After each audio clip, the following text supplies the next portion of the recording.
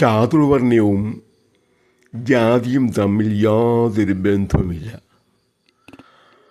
ചാതുർവർണ്ണയം സൃഷ്ടിച്ചത് ഏകദേശം 7500 കൊല്ലം മുമ്പാണ്. അത് മനുഷ്യൻ്റെ നന്മയിലാക്കി ഉണ്ടാക്കിയ ഒരു സംവിധാനമാണ്. ഒരേ തൊഴിൽ ചെയ്യുന്നവരെല്ലാം ഒരു ഗ്രൂപ്പായിട്ടും മറ്റൊരു ഗ്രൂപ്പ് വേറൊരു ജോലി ചെയ്യുന്നവരും, അങ്ങനെ ഒരു 5-6 തലമായിട്ട് ഇങ്ങനെ തിരിച്ചതേ ഉള്ളൂ. അതൊരു സൗകര്യമായിരുന്നു. ഇപ്പോഴും ആ സിസ്റ്റമില്ലേ? ഇപ്പം തന്നെ വലിയൊരു സിറ്റികളിലൊക്കെ ചെന്ന് കഴിഞ്ഞാൽ ഇലക്ട്രോണിക്സ് എക്യുപ്മെൻറ്റ്സ് വിൽക്കുന്ന ഒരു പ്രത്യേക ഒരു ഭാഗം കാണും. അവിടെ ഒരു 10, 50, 100 ഇലക്ട്രോണിക്സ് എക്യുപ്മെൻറ്റ്സിൻ്റെ കടകൾ അടുപ്പിച്ചടുപ്പിച്ച് കാണും.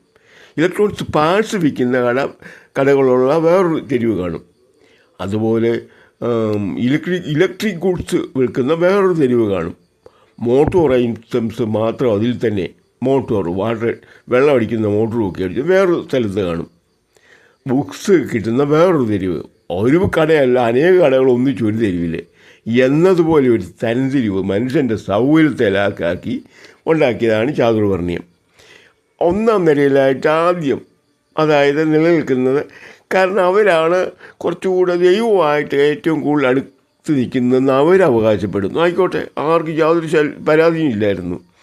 ഞങ്ങൾ ദൈവത്തോട് അടുപ്പിക്കാം, നിങ്ങൾക്ക് സമയമില്ലല്ലോ, ഞങ്ങൾ നിങ്ങൾക്ക് വേണ്ടി പ്രാർത്ഥിക്കാം എന്ന് കുറേ ഈ പുരോഹിതന്മാർ അവർ പറഞ്ഞിങ്ങനെ. ആയിക്കോട്ടെ, ജനത്തിൽ താഴെയുള്ള മറ്റാൾക്ക് ഒരു പരാതിയില്ല, കാരണം ശല്യമൊന്നുമില്ലല്ലോ, അവരത് പറഞ്ഞുകൊണ്ടിരുന്നോട്ടെ. ഇനി അത് നമുക്ക് നേരവും കുറവാണല്ലോ, അപ്പോൾ അവർ ചെയ്തോട്ടെ. അങ്ങനെ ആ ഗ്രൂപ്പ് അങ്ങ് തിരിഞ്ഞു. ചെറിയൊരു ഗ്രൂപ്പ്. അത് കഴിഞ്ഞുള്ളതാണ് രാജ്യരക്ഷ, രാജ്യത്തെ ജനങ്ങളുടെ രക്ഷ. അതുമാത്രം. പിന്നെ രാജ്യഭരണം, അകത്തും പുറത്തുനിന്നുള്ള ഭീഷണി, അകത്ത് തന്നെയുള്ള ഭീഷണി ഒതുക്കാൻ വേണ്ടിയിട്ട് അതാണ് ക്ഷത്രിയവർഗം, ക്ഷത്രിയന്മാർ. അവർക്ക് ഭരണവുമായിട്ട് ബന്ധപ്പെട്ട കാര്യങ്ങൾ, രാജാവും അവർ തന്നെയായിരിക്കും. അങ്ങനെ ആ ഒരു ഗ്രൂപ്പ്. അതിന് താഴെയുള്ളവരെ വൈശ്യരുടെ പ്രത്യേകിച്ചാൽ സാധനങ്ങൾ ആവശ്യമുള്ളതൊക്കെ എല്ലാ ജനങ്ങൾക്ക് സപ്ലൈ ചെയ്യുക. പണം വാങ്ങിച്ചുകൊണ്ടാണ്, ചുമ്മാ അല്ല. ഇതെല്ലാം പറഞ്ഞ് ഇങ്ങനെ സേവനത്തിന് പൈസ വാങ്ങിച്ചുകൊണ്ടാണ്. ഇത് സാധനങ്ങൾ കിട്ടുന്നിടത്ത് പോയി ശേഖരിച്ചുകൊണ്ട് വന്ന് കളക്ട് ചെയ്ത് കൊണ്ടുവന്ന് അത് വിതരണം ചെയ്യുക, കാശ് വാങ്ങിച്ചുകൊണ്ട്. അവർക്ക് ലാഭം കിട്ടും അതിനകത്ത്. അത് വൈശ്യരെ. അവർ തന്നെയാണ് ഈ വൈദ്യവും കൂടെ കൈകാര്യം ചെയ്തിരുന്നത്. വൈശ്യരുടെ കൂട്ടത്തിലുള്ള വൈദ്യം, അതുപോലെ ക്രയവിക്രയങ്ങളെ വൈദ്യം, കൃഷിയൊക്കെ ചെയ്തിരിക്കുന്ന ഒരു ഗ്രൂപ്പാണ് അത്. കൃഷി കംപ്ലീറ്റ് ഇല്ല, എന്നാലും കൃഷിയുടെ നിയന്ത്രണമൊക്കെ അവരുടെ പേരിലാണ് കൂടുതലുള്ളത്. അത് കഴിഞ്ഞ് വേറൊരു ഗ്രൂപ്പ് അതിന് താഴെ, അതാണ് ഈ ശൂദ്രരെന്ന് പറയുന്നത്. ഈ ശൂദ്രരെന്ന് പറയുമ്പോൾ അവരുടെ കയ്യിൽ വെച്ച് നല്ല കപ്പാസിറ്റി ഉള്ള മനുഷ്യൻ, നല്ല കായിക ബലമുള്ളവരും തൻ്റെ ഇടം കൂടിയവരുമാണ്. ആ ഗ്രൂപ്പിൽ തന്നെ അവരിൽ ഒരു നല്ല വിഭാഗം സേവനങ്ങൾ, ആർക്കെങ്കിലും എന്തെങ്കിലും ഒരു സേവനം ആവശ്യമുണ്ടെങ്കിൽ അതിന് കാശ് വാങ്ങിച്ചോളുക. സേവനം, ഒരാൾക്ക് ഒരു സാധനം അവർക്കൊരു രക്ഷ ഏൽപ്പിക്കണം, ഇന്നത്തെ ഈ ഗൂർഖായി ഏൽപ്പിക്കുന്ന പോലെ, അങ്ങനെയുള്ള കാര്യങ്ങൾക്കും മറ്റേത് കാര്യങ്ങൾക്കും സാധനങ്ങൾ ആവശ്യമുള്ള എത്തിച്ചു കൊടുക്കാൻ, മറ്റു കാര്യങ്ങളെല്ലാം എല്ലാ കാര്യങ്ങളും എല്ലാവർക്കും ഉപയോഗിക്കാൻ മതി, പണം കൊടുത്താൽ മതി. അങ്ങനെ ഒരു വിഭാഗം. ഈ വൈശ്യരുടെ വിഭാഗത്തിൽ, ഈ ശൂദ്രരുടെ വിഭാഗത്തിൽ തന്നെ കുറച്ചുകൂടി, കുറേ ആൾക്കാർ തിരിഞ്ഞു. അവർ ഈ വനവിഭവങ്ങൾ, ഇന്നത്തെ പോലെ കൃഷിയൊന്നും ശരിക്കും ചെയ്യാൻ പറ്റിയില്ല ഉണ്ടായ കാലത്ത്. ആ വനവിഭവങ്ങളാണ് എടുക്കുന്നത്. കനികൾ, പിന്നെ അതുപോലുള്ള ഔഷധങ്ങൾ, ആയുർവേദമൊക്കെ അന്ന് ഡെവലപ്പ് ചെയ്തായിരുന്നു. മൃഗങ്ങളെ വേട്ടയാടിക്കൊണ്ട് കൊടുക്കുക, ആവശ്യമുള്ള ആനക്കൊമ്പ് ശേഖരിക്കുക, കുത്തുപണിയൊക്കെ ചെയ്യാൻ, ഇതെല്ലാം ശേഖരിച്ച് വനത്തിൽ നിന്നും ഇവിടെ എത്തിച്ചു കൊടുക്കുക. പണം വാങ്ങിച്ചോണ്ടാണ്. പണം എന്ന് പറഞ്ഞാൽ അന്ന് പണമല്ല, അതിന് പകരം വസ്തുക്കൾ അന്യോന്യം കൈമാറുക. അങ്ങനെ ഒരു വ്യവസ്ഥ പുറത്താണ്. അതിൽ തന്നെ അവിടെ വനവുമായിട്ട് സാധനങ്ങൾ ശേഖരിക്കുന്നതുകൊണ്ട് മിക്കവാറും വനമേഖലയിൽ അവർ താമസമാക്കി. വനത്തിനടുത്തൊക്കെ ഇത്രയും ഗ്രൂപ്പാണുള്ളത്. ഇതായിട്ട് ഇങ്ങനെ തിരിച്ചിരിക്കുക. ഇങ്ങനെ വേറെ ഉപഗ്രൂപ്പുകളൊക്കെ ഉണ്ട്, വേറെ ഓരോന്നിനും ഓരോ ഗ്രൂപ്പുകളുണ്ട്. ഇത് സൗകര്യത്തിന് വേണ്ടിയാണ്. ഒരു തരംതിരിവും ഒന്നുമില്ല. ഇവിടെ പൂജാരിയും ഏറ്റവും മുകളിലിരിക്കുന്ന ഈ പുരോഹിതനും അതിന് താഴെയുള്ള രാജ്യരക്ഷയും അതിന് താഴെയുള്ള ഇവരാരും ശൂദ്രന് ഒന്നും തന്നെ ഒരേ ജനം. ഇങ്ങനെ ഒന്നിച്ച് കുറച്ച് പേര് താമസിച്ചിരിക്കാം എന്നുള്ളതല്ല ഇടകലശിയും താമസിച്ചിട്ടുണ്ട്. അന്യോന്യം സഹകരിച്ച് അന്യോന്യം വിവാഹമൊക്കെ കഴിച്ച് അന്യോന്യം ഇടപഴകി നന്നായിട്ട് ജീവിച്ച ആളുകളാ കാലത്ത്.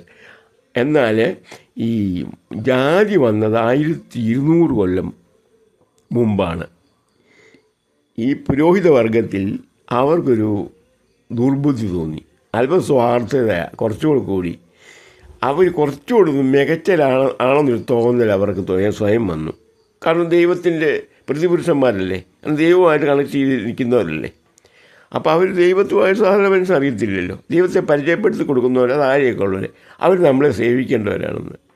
അങ്ങനെ ഒരു തോന്നൽ വന്നപ്പോഴാണ് അവർ തരംതിരിച്ച് പലരെയും കണ്ണുകളായിട്ട് മാറ്റി ഓരോ കണ്ണും ഓരോ ജാതിയായിട്ട് അങ്ങ് തിരിച്ചു. സ്വാർത്ഥത. അതുവരെ ഒന്നിച്ചൊരേപോലെ ഇടകലശി മനുഷ്യൻ അന്യോന്യം ബന്ധപ്പെട്ട് ജീവിച്ച ആൾക്കാരാണ്. ജനിറ്റിക്കലായിട്ടൊന്നു തന്നെ.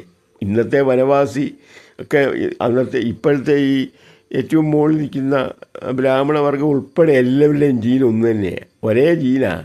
അതിങ്ങനെ അന്യോന്യം ഇങ്ങനെ കൂട്ടിക്കലശി എപ്പോഴും മിക്സ് ചെയ്ത് കിടക്കുക, ഒരു തരംതിരിവുമില്ല. തമിഴിലൊരു ആരും ആരെക്കാളും മുമ്പിലുമല്ല.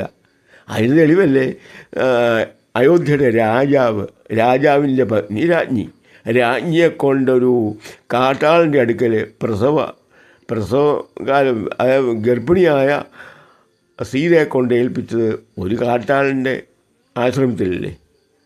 അവിടുത്തെ കാട്ടാള സ്ത്രീകളുണ്ടായിരുന്നു അവിടെ. അവർ പ്രസവം എടുത്തു സീതയുടെ. ഇരട്ട കുട്ടികളായിരുന്നു, തന്നെ കുട്ടികളെ വളർത്താൻ ഒക്കുകയില്ല. ആ സ്ത്രീകളെല്ലാം കൂടെ കൂടി വളർത്തി ലവകുശന്മാരെ വളർത്തിയെടുത്തു. എന്തെങ്കിലും ഇതുപോലുള്ള ഉണ്ടായിരുന്നെങ്കിൽ അവിടെ കൊണ്ട് വിടുവോ? അവിടെ താമസിപ്പിക്കുമോ കാട്ടാളൻ്റെ കൂടെ? യോഗിയാണ്, വലിയ മഹായോഗിയാണ്. എന്നാലും നമ്മൾ ഈ ആദ്യം പറയുമ്പം അത് കാട്ടാളനല്ലേ. അയ്യോ, അന്ന് അങ്ങനെ ഇല്ല. അങ്ങനെ ഒരു ഇതേ ദുഷ്ടന്മാരുണ്ടായിരുന്നു. ദുഷ്ടന്മാരെ അല്ല നല്ലവരും, അത്രയേ ഉള്ളൂ. ആ തരംതിരിവ് ഉണ്ടായിരുന്നു അന്നും. ദുഷ്ടന്മാരെ വക ഉയർത്തിയിട്ടുണ്ടല്ലോ ശ്രീരാമൻ തന്നെ ധാരാളം. രാവണനെ കൊല്ലേണ്ടി വന്നത് ദുഷ്ടനായിട്ടല്ലേ. രാക്ഷസന്മാരെന്ന് പറഞ്ഞാൽ വേണ്ടത് പുരോഗമിക്കാത്ത സ്വാർത്ഥതയും ന്യായബോധവും ഇല്ലാത്തവരെയായ രാക്ഷസന്മാരെന്ന് പറയുന്നത്. അതിന്നുമില്ലേ അവിടെ ഇവിടെയൊക്കെ കുറേശ്ശെ. അത് ആ ഗ്രൂപ്പ് തന്നെ ഒട്ടും വികസിക്കാത്തൊരു വിഭാഗമായിരുന്നു. അവരെ മാറ്റി നിർത്തിയിരുന്നു. അവരുമായിട്ട് ചങ്ങാത്തൊന്നുമില്ലായിരുന്നു വികസിച്ച മനുഷ്യനെ. എന്നാൽ ഈ വനവാസികളെന്ന് പറഞ്ഞാൽ ആ ടൈപ്പല്ല. അവരൊരു ഗ്രൂപ്പ്, ജോലിയുടെ പേരിലൊരു വ്യത്യാസമൊന്നേ ഉള്ളൂ. ഒരു തരംതിരിവും അന്നില്ലായിരുന്നു. അല്ലെങ്കിൽ ഈ ജാതി ഇന്ന് നമ്മളെ ജാതി പറഞ്ഞ് ഇതുപോലുള്ള അങ്ങനെ ഗർഭിണിയായ സ്ത്രീയെ കൊണ്ടാക്കുമോ? അതുവരെ സാധാരണ സ്ത്രീയല്ല, രാജ്ഞിയാണ് രാജ്യത്തിൻ്റെ. അപ്പം അതില്ലായിരുന്നു. ഈ ജാതി ബോധമേ അന്നില്ലായിരുന്നു എന്ന് വേണം മനസ്സിലാക്കാൻ. നമ്മൾ മഹാഭാരതത്തെ എടുത്താൽ ഇതുപോലെ ഘടോത്കചൻ ആരുടെ മകനാ? ഭീമൻ്റെ രാജാവാകേണ്ട ആളല്ലേ, രാജകുമാരനല്ലേ. ഭീമൻ്റെ മകനാ ഈ ഘടോത്കചൻ്റെ തള്ളയാരാ? ഒരു കാട്ടാള സ്ത്രീയായിരുന്നു. അതുപോലെ എത്ര കഥാപാത്രങ്ങൾ. ഇതൊന്നും ഒരു ജാതിയുമായിട്ട് യാതൊരു ബന്ധവും ഈ ഇതിനില്ല. അത് ജാതി ഉണ്ടായത് 1200 കൊല്ലം മുമ്പ് മാത്രമാണ്. സ്വാർത്ഥമതികളായ കുറേ ആൾക്കാർ സൃഷ്ടിച്ച ഒരു വലിയൊരു ദ്രോഹമാണ് ജനത്തിൻ്റെ മണ്ടയ്ക്ക് ഒരു മുഖമെടുത്ത് ചേർത്തുകയായിരുന്നു. അങ്ങ് പക്ഷേ എല്ലാവരും സൂറ്റ് നിൽക്കുകയായിരുന്നു. എല്ലാ ഗ്രൂപ്പും ഏറ്റവും താഴത്തെ ഒരു ചെറിയ അംശം ഒഴിച്ച് ബാക്കി എല്ലാവരും സുഖമായിരുന്നു. അവരുടെ കീഴിൽ ആളുണ്ടല്ലോ, അവർക്ക് ഭരിക്കാനും തോന്നിയ ദിവസം എന്തെങ്കിലും നിലയ്ക്ക് നിർത്താനും ഒക്കെ ആൾക്കാരുണ്ടായിരുന്നല്ലോ. ഓരോ നിലയിൽ ഇങ്ങനെ മോളി മുതൽ താഴെ ഏറ്റവും താഴെയുള്ള ചെറിയൊരു അംശം ഒഴിച്ച് 10%, ബാക്കിയെല്ലാം 90% ഇതുപോലെ അവരുടെ കീഴിൽ ആൾക്കാരുണ്ടായിരുന്നുകൊണ്ട് അവർ സൂറ്റങ്ങ് പോകണു. കാലങ്ങൾ മുന്നോട്ടങ്ങ് പോയി. കാരണം ഇത് പ്രശ്നമുള്ള ആർക്കും അതുകൊണ്ട് പ്രത്യേകിച്ച് നഷ്ടമൊന്നുമില്ല. എല്ലാവർക്കും കീഴിൽ ആളുണ്ട്. അത് ഗൗരവം കൊടുത്തില്ല, സുഖമായിട്ടും കഴിയാം. അതുകൊണ്ടാണ് ഈ 1200 കൊല്ലം നിലനിന്നത്. 1000 കൊല്ലം കേരളത്തിൽ വന്നിട്ട് ഈ നിലനിന്നത്. ഇതുകൊണ്ടുണ്ടായ കുഴപ്പം മാത്രമേ ഭാരതത്തിലുള്ളൂ. ഇത് ഒരു കാരണവശാലും അന്നില്ല. തെളിവ് നമ്മുടെ പുരാണങ്ങളിൽ തന്നെ നമുക്ക് ധാരാളം കിട്ടുന്നുണ്ട്, വേദങ്ങളിൽ നിന്നൊക്കെ കിട്ടും. അതെല്ലാം കംപ്ലീറ്റ് പഠിക്കാൻ അതിനെക്കുറിച്ച് മനസ്സിലാകും. നമ്മുടെ ഈ ഏതെങ്കിലും ഈ പുരോഹിതനൊരു ഹൈന്ദവ ഗ്രന്ഥം എഴുതിയിട്ടുണ്ടോ? എഴുതിയിട്ടില്ല. അവരത് കുറച്ച് കാര്യങ്ങൾ ഇങ്ങനെ മന്ത്രമൊക്കെ ജപിച്ച് നടപ്പിലാക്കുക മാത്രമേ ചെയ്തുള്ളൂ.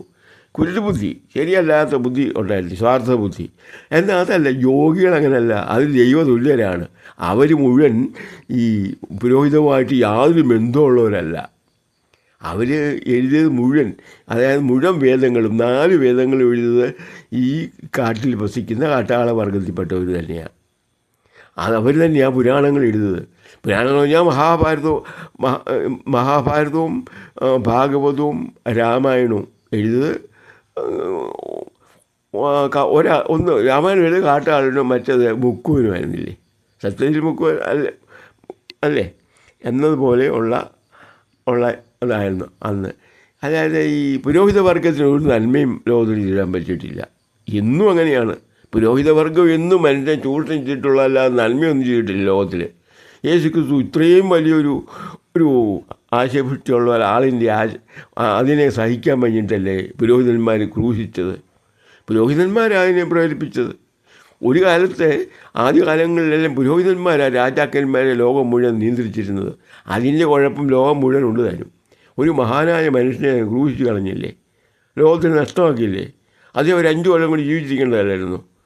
അന്നതുപോലെയുള്ള വിക്രിയ ഇവിടെ ഉണ്ടായത് ഈ രീതിയിലാണ്. ജാതിയുടെ മുഖം എടുത്ത് തലയിൽ ഒരു തോളെ വെച്ചു ഭൂരിഭാഗം വരുന്ന ജനത്തിന്. അതുകൊണ്ട് എന്തു വേണ്ടി ജനം ഒന്നിച്ചു ചേർന്നില്ല ഒരു കാര്യത്തിലും. വരുന്നവർക്ക് തോൽപ്പിച്ച് അടിമയാക്കാൻ പറ്റി. ഈ 1200 കൊല്ലം 1000 കൊല്ലം ആയപ്പോഴേക്ക് അടിമയായി തുടങ്ങി. വരുന്നു അടിമപ്പെടുത്തി തുടങ്ങി. ഈ മന്ത്രം ജപിച്ചിരിക്കുന്നതിന് ഈ പ്രതിരോധിക്കാനുള്ള ശക്തിയുണ്ടോ? ഇല്ലല്ലോ. എല്ലാം സാധാരണ മനുഷ്യൻ, ആരോഗ്യമുള്ള ശരിയായ മനുഷ്യരെല്ലാം കൂടെ കൂടിയെങ്കിൽ നടക്കുകയില്ല. ഒന്നിച്ച് നിന്നാലും ഒന്നും ആരും വരികയില്ല, ആരും ഒരു ശല്യം ചെയ്യുകയില്ല, ഒന്നിനും ഒരു തടസ്സവും വരികയില്ല. അതാണ് ഈ പൗരോഹിത്യം ലോകത്തിന് ഭാരയാണെന്ന് എന്നും ഇവരുള്ളവർ പറയുന്നത്. പൗരോഹിത്യം എന്നും ലോകത്തിന് ഭാരയാണ്. അവർ നന്മ ചെയ്യാൻ അവർ മുതിരുകയില്ല. മനുഷ്യനെ മയക്കി ചൂഷണം ചെയ്ത് വിവരം വെക്കാൻ ഒരുപാട് സമ്മതിക്കാത്തൊരു വർഗമാണ് പുരോഹിത വർഗം. അവരെ അല്ല വിശ്വസിക്കേണ്ടത്. നമ്മുടെ പുരാണങ്ങൾ എഴുതിയ ഇവിടുത്തെ വേടനും കാട്ടാളനും അതുപോലെയുള്ള ആൾക്കാർ എഴുതുക ഇവിടുത്തെ എല്ലാ വേദങ്ങളും എല്ലാ ഉപനിഷത്തുകളും എല്ലാ ബ്രാഹ്മണങ്ങളും എല്ലാ പുരാണങ്ങളും എല്ലാം